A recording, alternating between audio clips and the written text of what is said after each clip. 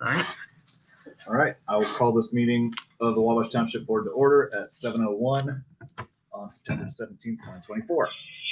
Roll call. German Harris, present. Board Secretary. Ian Pitlower is present. David Tate, present. Township Trustee present. And Fire Chief is here as well. All right. All rise for the Pledge of Allegiance.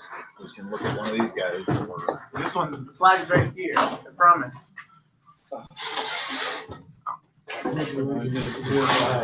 United States of America, and to the republic for which it stands, one nation, under God, indivisible, with liberty and justice for all. All right. First on the agenda is approval of previous board minutes. I think there were two very minor edits that we wanted to make.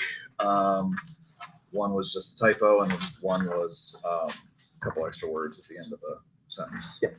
So if we've made those corrections, then I'm comfortable with them. Motion to approve the slightly amended minutes. So moved. Second motion. All in favor? Aye. Aye. All right. Township update. Do you guys have anything significant? Just quick rundown. I'll go through and tell you. As of August 31st, we have spent $68,000 roughly in township assistance. We saw an accelerated pace over the course of August. It has been one of the higher months in a while. We think that we've seen a little bit of a decrease here in September, so we're hoping it gets back a little bit to normal. So we were ahead of pace of where we would have liked to be, on pace for about 119, but we want to try to see if that hopefully slows down. So we're also doing, we've been meeting with state legislators about some of the ideas that I know I've highlighted in my agenda for 2024. I got invited to be part of the ITA Legislative Committee. So we went down there on Sunday and we proposed a couple of things, and we'll see if the ITA chooses to push for them in this particular session. In the upcoming budget session of the General Assembly. We have two staff members down at the ITA conference currently. They're actually enjoying the ITA dinner where apparently I'm supposed to get some sort of award, but I don't know what it is. And I'm here with you guys because I love you guys so much. The last month has been... Because your wife made you stay. Probably. We've spent the last month really on budgeting. And so it's been I know that we've got a lot of stuff. I know that we've met one-on-one with individual board members to avoid any quorum issues. So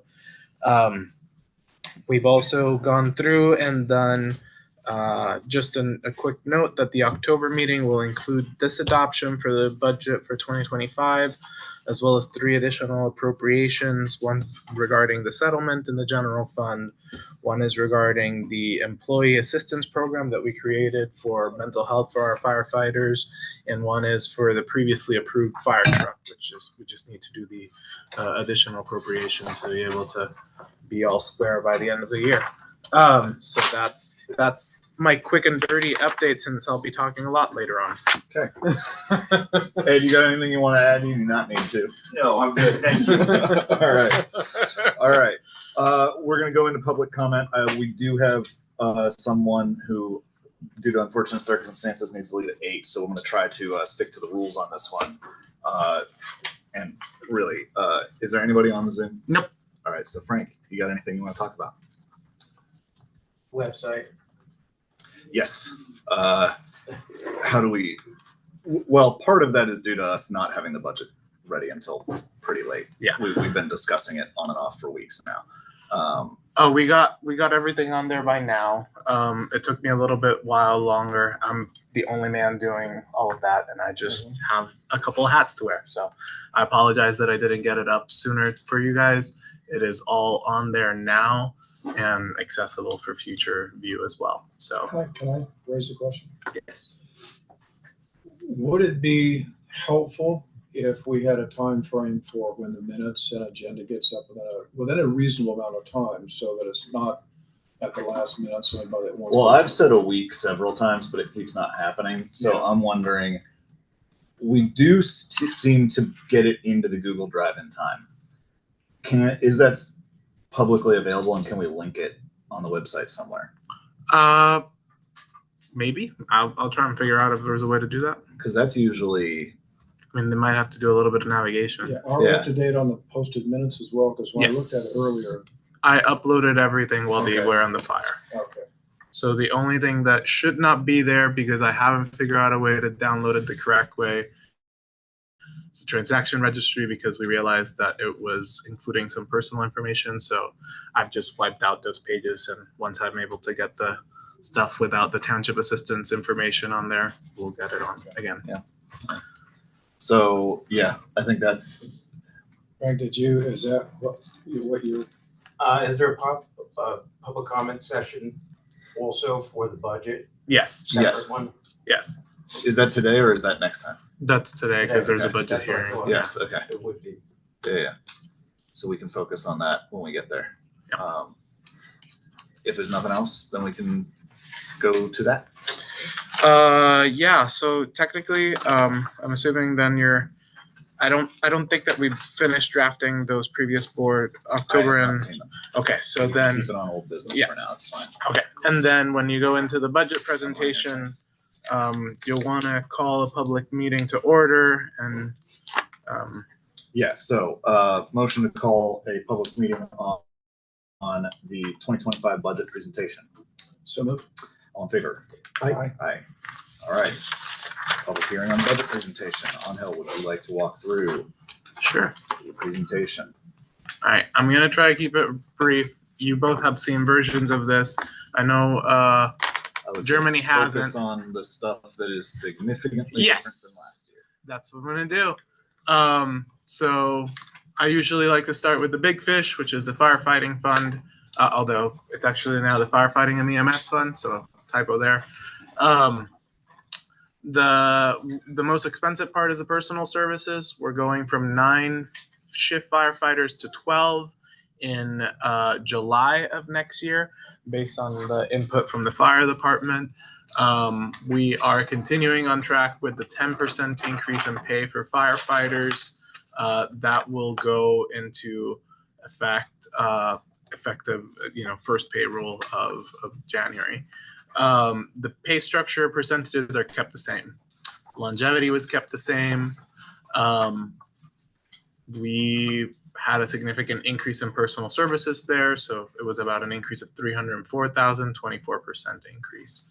And so when you say stay the same, you mean it's just it's not increasing by 10%. It's the same hard dollar amount. Yes, it's the same hard dollar amount for those. Okay.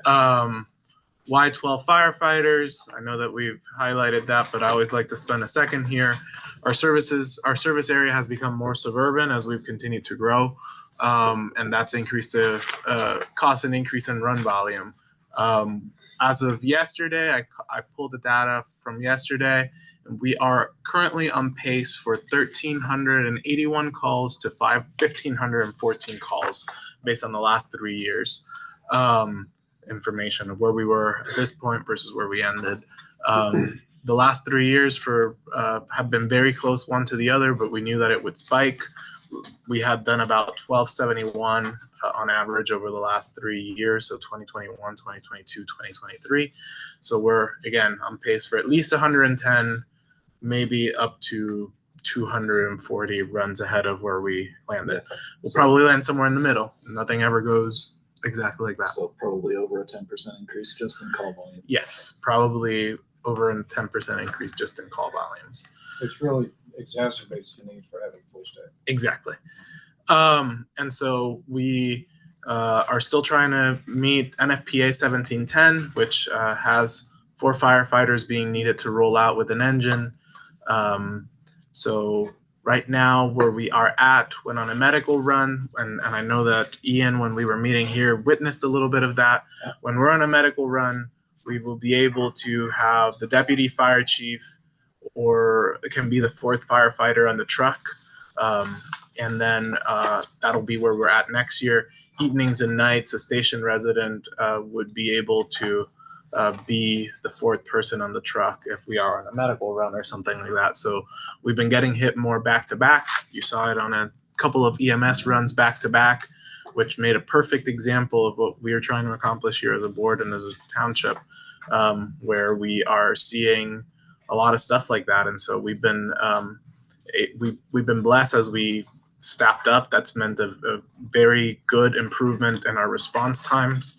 We've seen folks usually leaving here within a minute or 2 minutes of a call being dispatched. And that's something that we are very grateful for. Nothing significant on supplies, just a little bit of an increase due to ALS non-transport, but we're probably going live here in the next couple of months. Services and charges.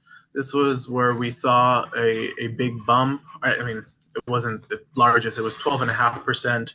I know that I talked with all of you guys individually, but for the public, really the big thing there was we split out software and website services stuff. We've been having a couple of really catch-up years on repairs and maintenance for our facility. And this year we really ended up having a lot of stuff that came up with the truck. Again, deferred maintenance and stuff that we've been trying to get caught up on. We are... I know, hang on, let me object. I know the last time there were problems with like leaks and things like that. Has that been For the upstairs? Fixed. has that been fixed? Yeah. Okay. And they fixed it. The leak was fixed at the contractor's expense. Okay. So we've been able to go through, we really feel confident that this number starts to get us at where we need to be long-term. And it's something that I would encourage the board to hold us to. So, Quick question on the training. Is yes, 20,000 adequate? it's what we think we can afford right now. No, it's not enough. And I said that we put one paramedic through paramedic program, and that's $11,000. So that's a big chunk of that already, which wiped out a good part of it last year. We're just finally getting to a place that we're able to put our folks in training. We've got a lot more training opportunities now that we're starting to be staffed a little more. A lot more opportunities are being afforded to us, allowing us into some things that we weren't before.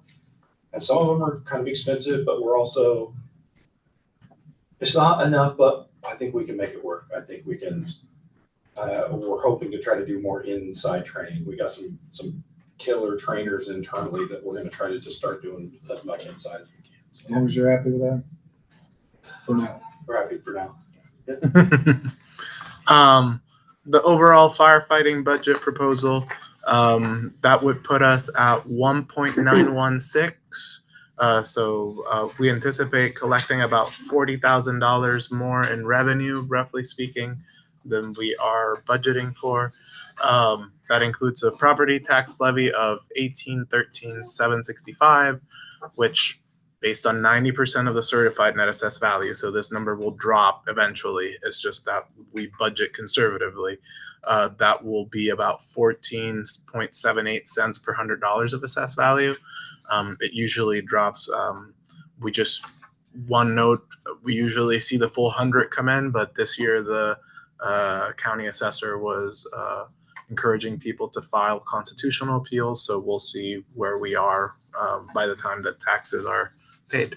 And so we anticipate for that fund about $140,000 in miscellaneous revenues. Our proposed levy is 87.5% of the current max. And then, so you're seeing here, all that information. We are still not allocating $259,000 in maximum levy money. And where we are, continued growth steps, we've hit a lot of the pieces that we were wanting to see in the short term, which was this will put us where we hit the 12 firefighters per shift. We've got the EMS chief, a deputy chief, a fire chief. We know that based on continuing population trends and other things that we would like to get done, about 15 firefighters before 2028 would be, so 5 per shift would be somewhere that we want to land at. We will continue to have conversations about when we do that ramp up. We're still interested in trying to expand volunteers. I know in the past we've said 50. At my discretion, not even Ed's, I've talked about trying to be a little bit more realistic with that, in part because we're not seeing as high of turnout among all of our volunteers, and we want to make sure that the folks that we have on the department are adding value, and that there's we're continuing to do a lot of work on that front, but we don't want folks that are just doing 2 to 3 runs a year, right? That's not necessarily adding value to our department. So there's still work to be done. We continue to get applications and everything, but we're just still trying to supplement that with our volunteer corps. It's just that maybe 50 we'd rather have less volunteers that are very responsive or more responsive than have more people just filling seats but not showing up to respond. So with the growth that we've had, and I know we've talked about trying to hit that 50 mark, with the growth that we've had in our run volume increasing the way it has, we've got to be shooting at quality more than quantity. I can have 100 volunteers in here, but we're going to have a whole lot of people doing absolutely nothing. So, and it just eats away that time that we're having the guys invest in training those folks and all that. So, and equipment, because each one of those is So they get a 5,000 radio gears. bunker gear and- Yeah. Yeah, everybody's got to be issued those things. So if they only, I don't know how you do this, but if they're only turning out for 2 or 3, I don't know, it's job related, interest related, there's got to be a value related where we're putting a lot of money into you and we just don't see you. It's a really hard conversation to have, right? Because people are it's a volunteer, right? Yeah. So they're giving what they can give, and it's hard to have that conversation to make it sound as if your time that you're volunteering isn't of value. But the people that are doing, the people that are here for the right reason get it. We don't normally have to have those conversations with them. They know, hey, I'm just not adding that value. But the hard part is it's those people that we allow to kind of string along that we've easily got between a radio and bunker gear, $10,000 to $12,000 worth of equipment tied up in a person that sits in a rack because it's not a one size fits all sort of thing, right? Stuff's got to be custom made for those or custom fit for those. So. For Cume Fire, we are anticipating, and then the last piece that we're still continuing to work towards is trying to figure out what an improved medical response looks like for us. And I think a big chunk of it is coming live with the ALS non-transport piece, but we're trying to keep a close eye on how we can keep developing our fire department. Cume Fire, the 1190 fund, that one's rate driven, and so we're keeping that rate, because if you decrease the rate, then the next year your decreased rate is your new maximum rate, and that's not what we want to do.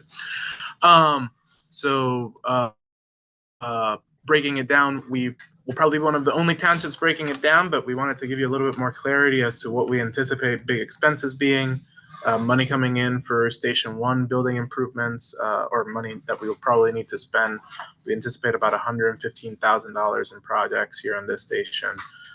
We have to replace the battalion, which is coming of age, as Mayor Dennis used to say about buildings coming down. It's tired. It needs to come down. That's how the Tahoe feels. The turnout gear, we anticipate doing about $48,000 in gear replacement. That would be that's 8 times 6. Yes. So about 8 sets of gear that we know that we will probably need. Still trying to finish out the catch up from the time when we didn't do gear replacements for a year or two, due to sabbaticals and everything. Radio equipment, about $20,000. We're still trying to chip away, even though we're still asking for money from the county for the public safety lit. We're chipping away because we have needs, and we got to be replacing them as they are. So. Just on that, I'm sorry, on radio stuff, of course, we've still got the big radio purchase we've got to do, but I got quotes on radios. We have some we have to replace. We've had a few die on us. The radio's brand new right now. We're about 9,400 is what the last quote I got. I was able to get some very lightly used radios to kind of bridge the gap. The radios are 5 years old, 6 years old, but they're very lightly used. So we're just continuing to kind of put a Band-Aid over a bullet hole with them. I mean, I don't know the used radios that we got for $4,000 a piece bad, but those radios will end up cycling like the others when this upgrade comes. They're just an older style. So we're trying to get as much new stuff as we can, but it's just a slow process. Again, this fund, which unlike the other ones where the rate changes depending on what the actual CNAV ends up being, this one, the money coming in changes because the rate is set, right? So at 90% of CNAV, we would receive about $408,000 from levy, and then we anticipate about $23,500 from miscellaneous revenues. So we still think that we'll be able to save up a little bit of money overall into the operating balance in this fund. It'll probably be a little higher than that actually because of that rate. The fire debt fund, this is one of those autopilot funds, as I always mention. So we're just paying for engine 606. I'll stop here. Questions from the board on fire funds, and we'll have opportunity at the end for public comment, but from the board to. Yeah. All right. For the general fund, and I must have missed something there. I did at your request, Ian, I pulled together, and I must have not updated this document before I put it up. We went through and did a comparison of where we were this year versus last year, and West Lafayette and West Lafayette last year. So we're for 2024, they're at 72,000 for a firefighter first class. Lafayette is about 76,000, and we are going next year for 2025 to $62,000. So That's after the increase. After the increase, Jesus correct. Christ, okay. I have it on one of them, but It's okay. Yeah. That's okay. Yeah. Keep going. Yeah. I probably just saved the wrong version onto the website. For the general fund going on here, we're still doing small increases in salary, 4%. Then we still have internship funding, township assistance coordinator, FICA, so nothing significant change there. Nothing significant change on the office supplies and postage line. Services and charges, this is where there was some significant changes, so I'll go through this here. We did split up more line items, so that was a big thing that we did. We just split line items. We increased consult and legal services to 25,000. In part, we've had more legal expenses this year, and I just know that we'll also have bonding related and other stuff issues next year, so we'll want to make sure that we're keeping that a little bit higher than we normally do. We'll also be doing 25,000 or proposing 25,000 for the township annex building construction stuff, as we're looking at work from the architect, folks on the ground that will have to do surveys of the land and et cetera, that comes into the possibility of building a building. We are increasing the general fund's supplemental township assistance to 62,000. That provides a total of 142,000 that can go towards township assistance.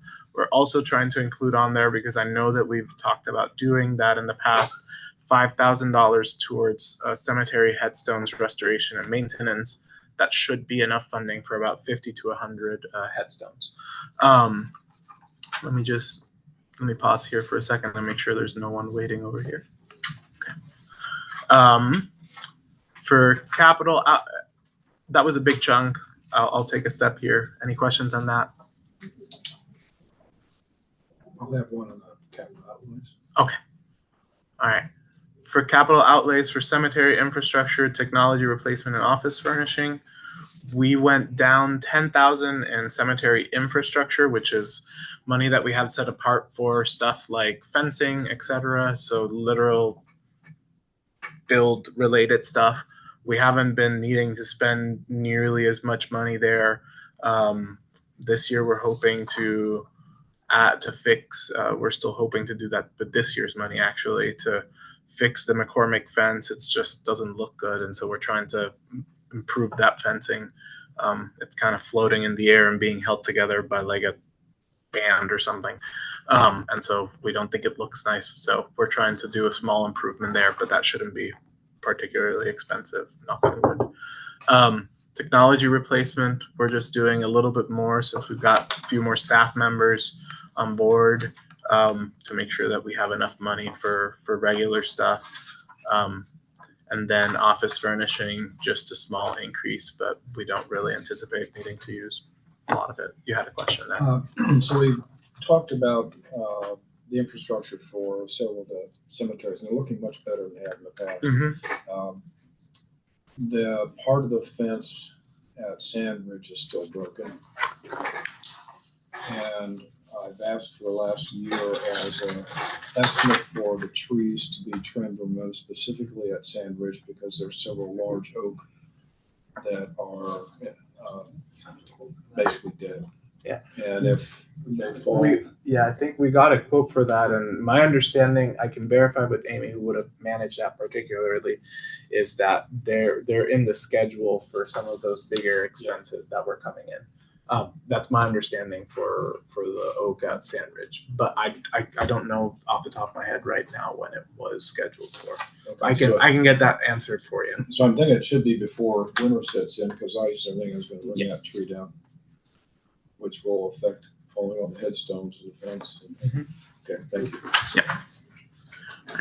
Is Nish's playing any part with Yes. keeping that? So they are still doing a lot of work on that. Nishis is with the and we're in conversations. I haven't heard in a little bit, but informally, I know they're still planning on going ahead with it.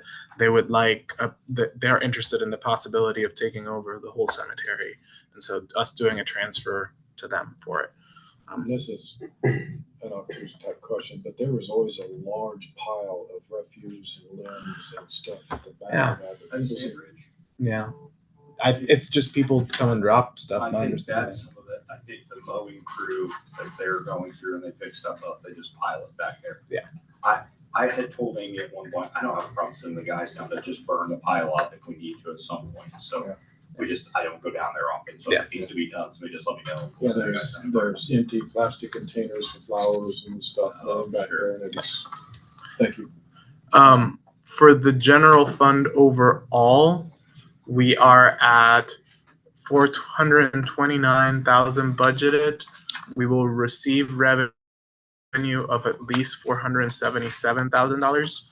We anticipate at least another 30,000 more, but we don't budget based on that because that's supplemental, and so you never know what's going to happen with supplemental lit. So we don't count on it for actual budgeting purpose. You So- mentioned that township assistance went from 25 to 62, Yeah. but I don't see it anywhere.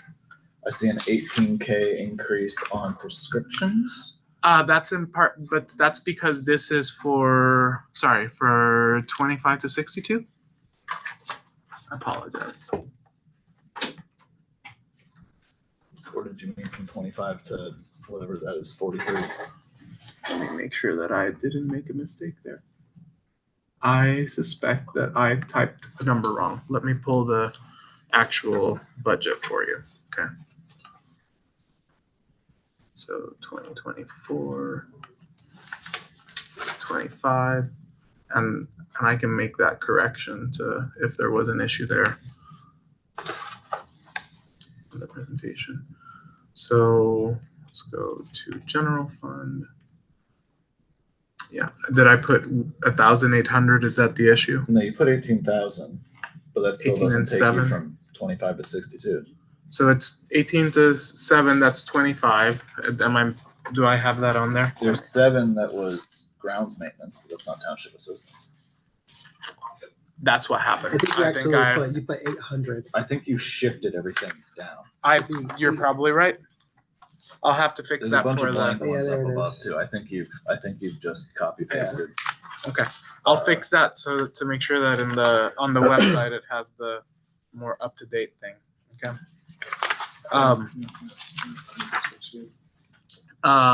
But I'll stay here on this page here. So it's the 18 and 7, and then supplemental, it would be 45 for housing, 10.5 for utilities, and keeping prescription at 7.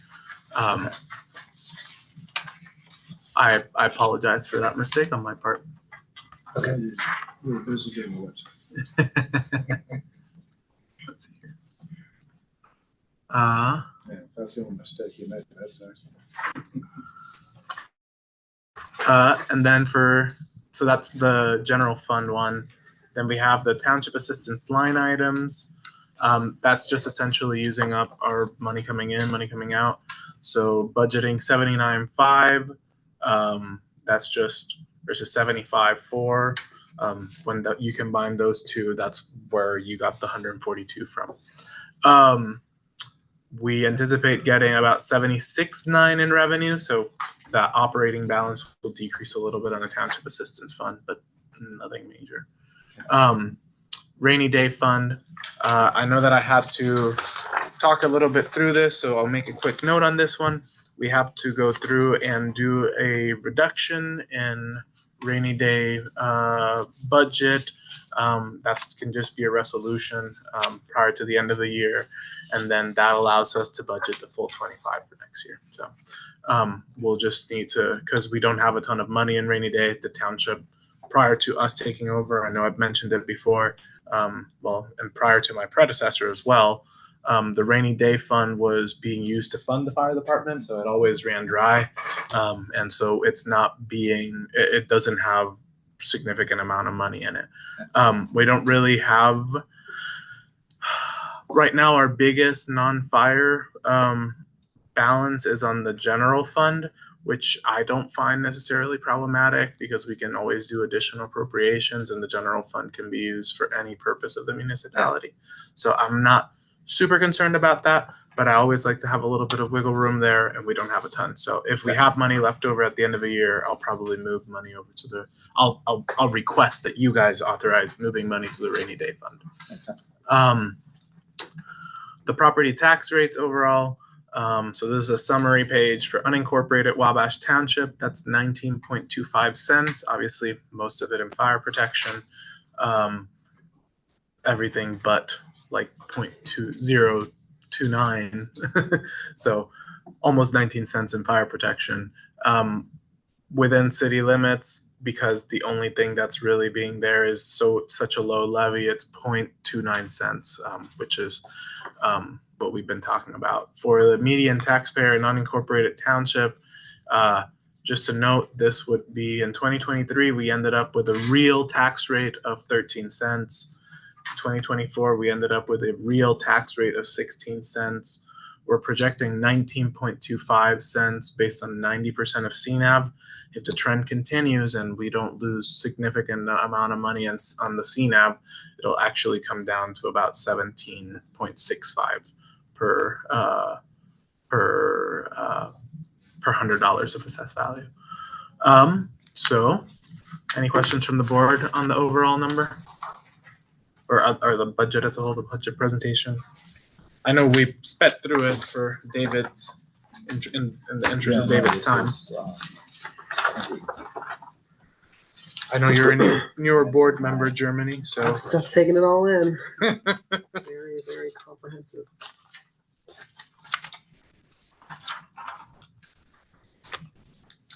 So,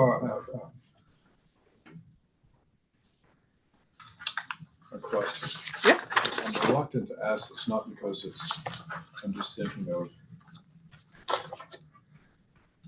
I think in the time I've been with the board, especially in the last 2 years, the fiscal responsibilities increased tremendously. Bills are being paid, being able to hire firefighters, which is one of our primary goals here.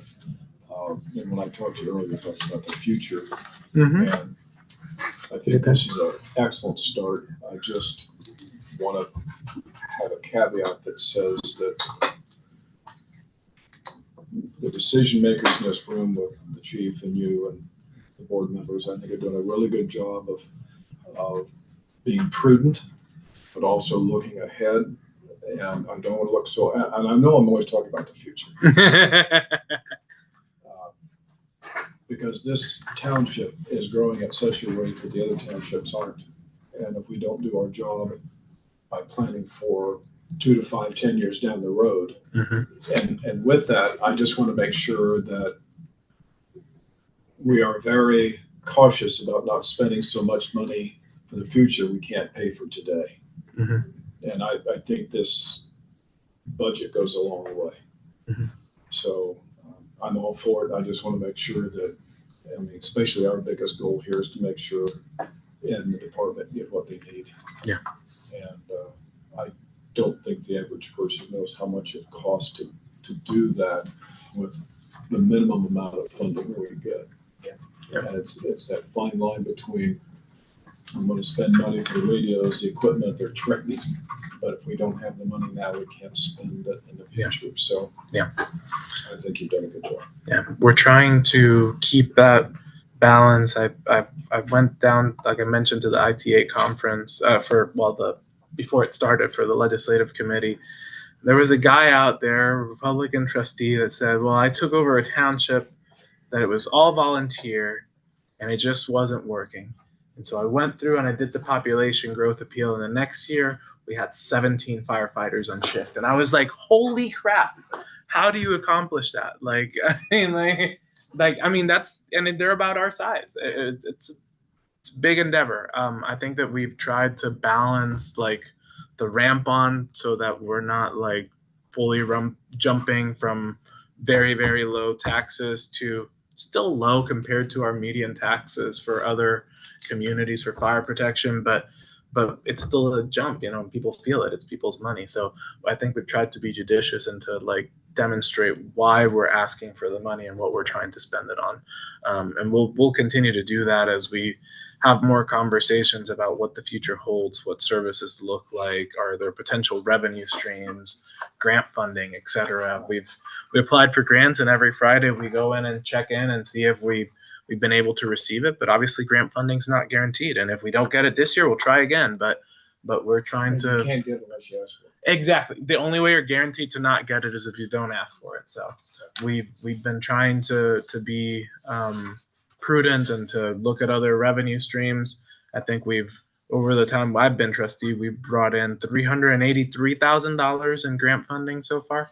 And it's gone a long way to add, the services with the mobile integrated health program, but also monitors and other pieces that we need.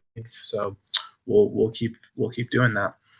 Any other questions from you guys? Appreciate your help in being able to get it done. Yeah, I had a note and a Yeah. small question. Yeah. The note is that the budget, the full budget that is attached is correct and has Yes. all of the actual final numbers Correct. in it. Yes. And then my other question was going to be to Ed of, now that we've got extra staff on hand, have you noticed a significant difference in the amount of time it's taken to get on the road when a call comes We're in? getting on the road much faster. We're getting on the road. I mean, especially during the day, we're getting on the road. I bust the guy's chops. I want a truck on the road within 2 minutes of a call. West side there, just 3 minutes of a call. We're getting on the road very quick, but again, that's only beneficial for us on that first call. As many of those back-to-back calls as we're getting hit for, we're still getting the second truck on the road pretty fast. On Travis' shift, he's got 3 guys. If Travis stays back in the evening when there's not any of the administrators here, Travis will still take that next medical call by himself in the truck, gets a truck on the road pretty quick. I don't like that we're putting the truck on the road with one guy in it, but we're still getting the truck on the road pretty quick. Our volunteer turnout isn't too bad for the second call, for medical calls most of the time. It's helpful, but again, it's just another one of those. We went years and years and years running calls out of this building with one person taking calls here by themselves, and it's dangerous, very, very dangerous. So, and even medical calls is dangerous, but we do it, right? And it's part of what we do. And I think that the times that we're having to do it, unfortunately, because of the number of calls we're getting hit for, is starting to increase again. It started to dip as we started adding people onto shift. But now that our run volume's increasing and those calls are getting back to back, our sending a single guy out of here is happening more often now than it had been. But I mean, we're not going to complain about that. So, it's been good, and we'll find a way to work it out. Our part-time staff, we've got part-time staff that's helping offset some. We're going to be hiring some more part-time staff. Some of the folks we have are kind of moved on to other jobs, so it's hard to get them in here. So we're getting there, and we'll make it work. What was the time to get out of the building back in the old days, like before, So like we maybe were, when we on were just 8 minutes, generally 7 to 8 minutes to get a truck on the road.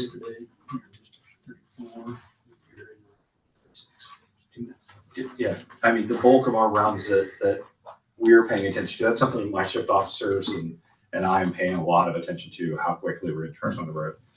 It's awesome to be able to sit at home and listen, because I do it a lot, and hear the truck marking route pretty fast. That's a big deal on a medical call. If it medical or fire, right?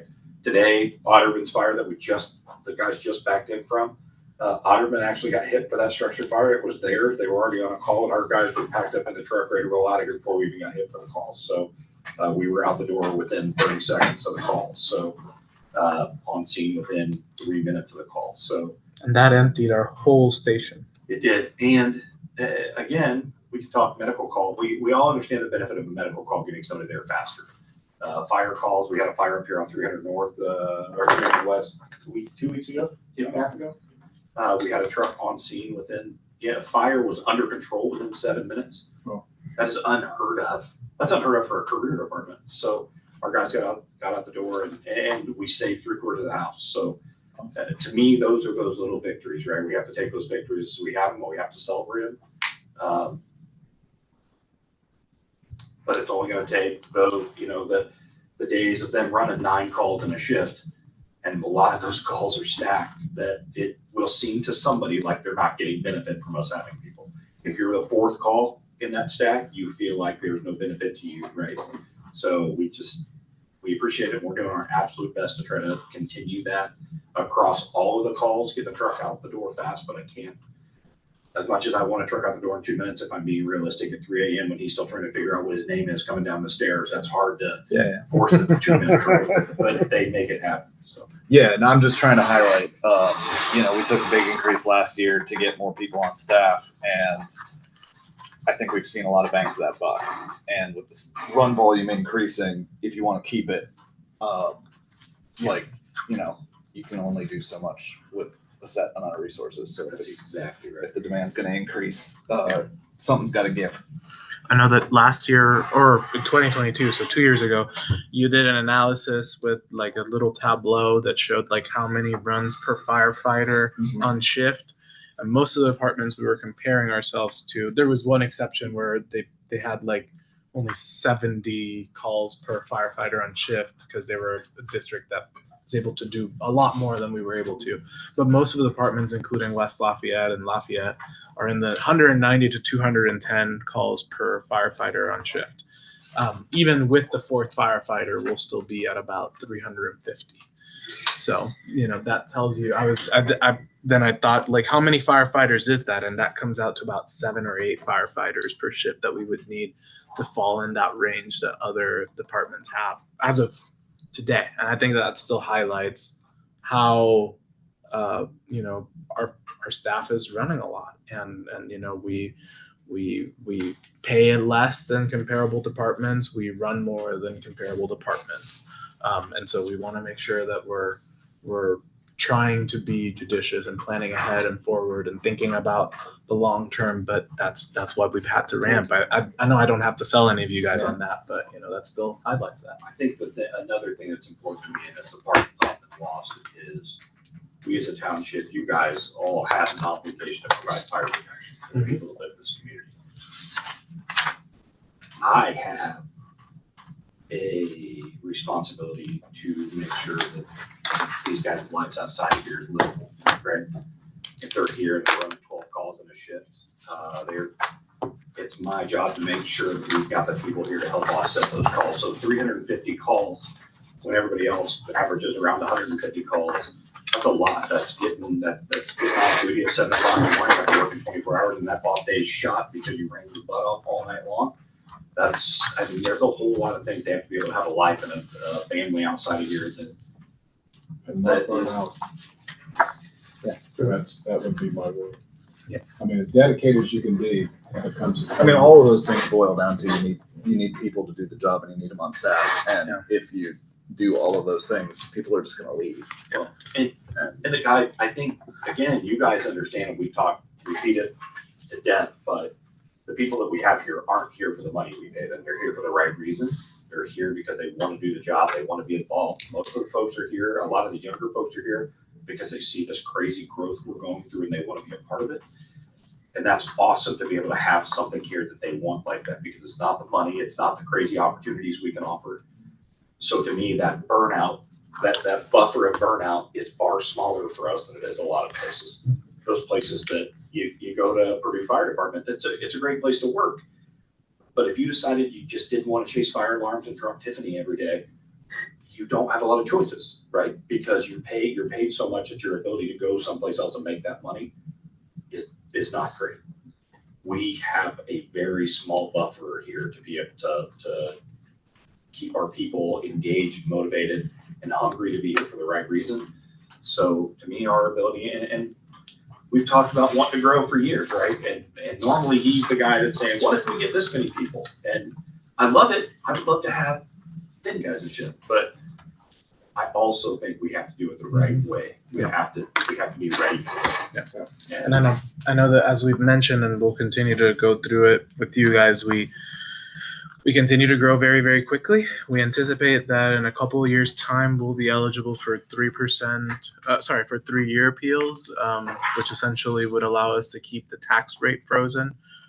That for communities that are having a lot of growth in CNAV, which, although it's a lot of growth in CNAV, it happens because there's a lot of growth in population is the main driver for it.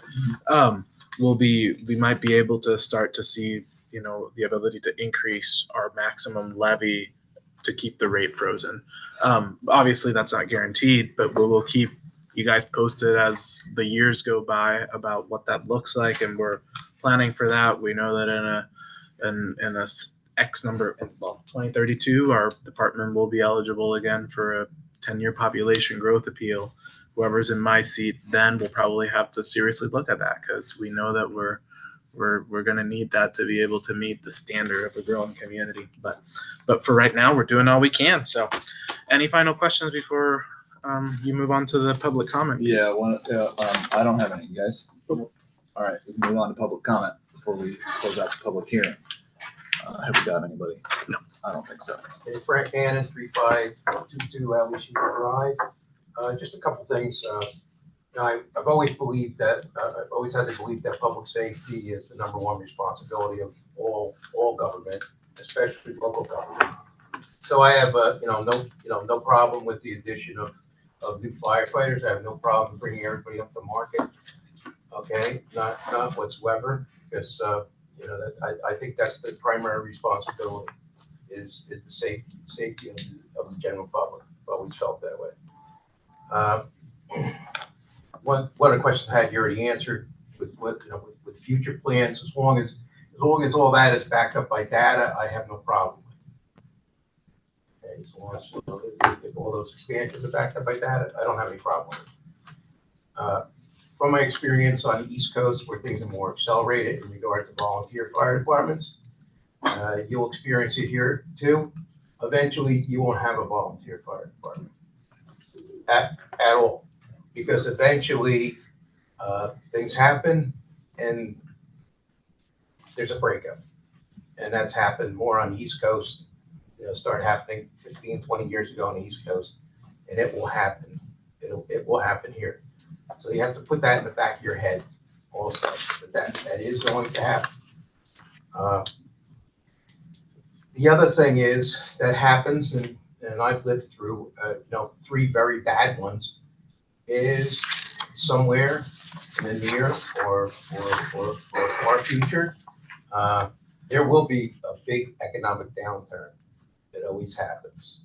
2008, the 90s, 2008, when the real estate market just totally collapsed. If that happens, you could actually end up with a regression in growth, right? You just have to keep that in mind, that could happen as a possibility. The only other thing was, I'm extremely disappointed. I wish I could have had this beforehand. I might have had some more questions. I think it's a very, it's an excellent presentation, but I really think the public deserves to have that information even though I'm the only one that's here that's interested, there will be people as the budget gets bigger and bigger, and Yeah. people become more aware of it, and an issue comes up that is a little bit controversial, all of a sudden you're gonna boom. So really, there has to be an effort made to get this information out there, especially with the history of the township that started long before I did. And that's basically it. Thank you. Yeah, thanks for your comment.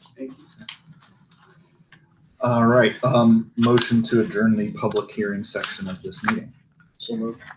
All in favor? Aye. All right, moving on to resolution 2024-18, to approve the budget for the safety pin grant. So this is a dual purpose thing. It essentially acknowledges that we are creating this fund, like a home ruled fund, to manage this grant. We received $20,942. It'll be spent over 24 months. It begins in November of this year. And so the budget for 2024 is fairly small, just because, it's only 2 months out of the year. And so it includes $400 for a CPR coordinator position, it's essentially a specialization or a stipend to the individual that's doing all the CPR coordinating already. They weren't getting paid for it. And then it's money towards some infant supplies for the mobile integrated health program, stuff like car seats, bassinets, stuff like that is related to the grant funding. And then $505 towards certifications, because there's a couple of certs that people have to renew on a yearly basis, and it just helps cover that expense. So that's all there is to this particular resolution. Any questions from the board? No questions. All right, move to a vote on resolution 2024-18. So moved. All in favor? Aye. Resolution passes. Did we have a 19 that you need to get on this, or do you need, can wait? Do we wait a month? Does it matter? We can wait a month if there's not I don't think that there's a big issue with that, because I think that it should kick in November. If you guys would like to table it, you can. That's fine. Well, It's not even. it's not on the agenda, so yeah. If you Yeah. would like to keep the agenda as is, you can. Let's do that and just bring it up next time if it's not going to make a functional difference for you That's fine. anyway. We're going to be here in a month, which is a little quicker than normal. So I think that's fine.